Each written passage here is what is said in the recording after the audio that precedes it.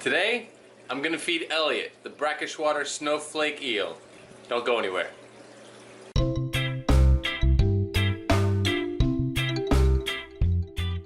What's up YouTube and all my fish keeping friends? How's it going out there in fish tank land? This is Joseph Hardin from JH Aquatics, and I'm here to share with you all my fish keeping adventures, knowledge, and more.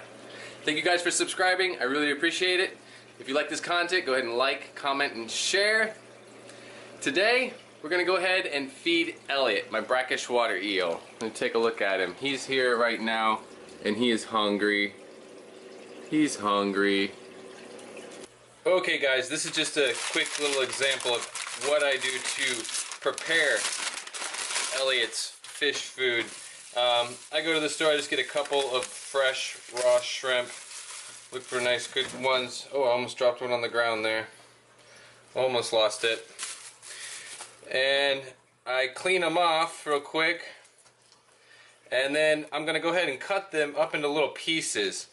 He's not that big. He can't take down a whole jumbo shrimp like this. He can't really scarf it down in one. He'll just be choking on it, and he'll spit it up, and it'll be, and the other fish will go after it or whatever. So I cut it up into little decent little sizes. And I usually know when my seafood's good or bad. You can smell it. I'm a chef myself, and you know as soon as you open the bag whether or not the stuff is good or not. And I don't feed my eel, anything that I would not eat myself. You see, I have a smaller cutting board here as well, so I'm gonna just lay them out here on this cutting board, and then I put them in their freezer, but not for very long. You don't want to freeze dry them. You don't want to mess them up. You don't want to dry out the meat. So I put it in there just to get them like partially frozen, so they're not all frozen together, and then I'll break them off of this board, and they'll go into a little Tupperware container, and they'll stay in the freezer. And every time I want to feed him, I just pull out one or two or whatever I want to give him for the day and feed him. Alright, so that's that. I'm going to feed him a couple of these fresh raw pieces, and the rest is going in the freezer for about 15 minutes or so, and then they'll go into a little Tupperware. Alright, let's feed Elliot. Okay, Mr. Elliot. He looks hungry to me. I've been playing with the water parameters a little bit, and I've been trying to catch other fish as well out of here.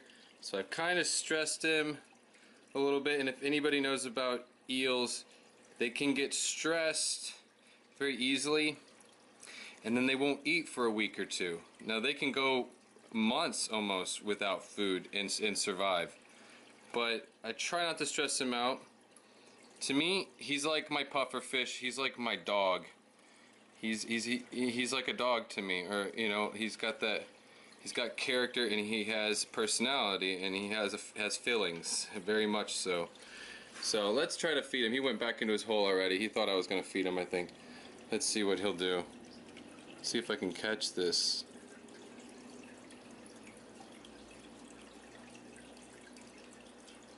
There he goes. That's my Elliot. Mr. Elliot. Yummy, yummy. You can see him back in there underneath there.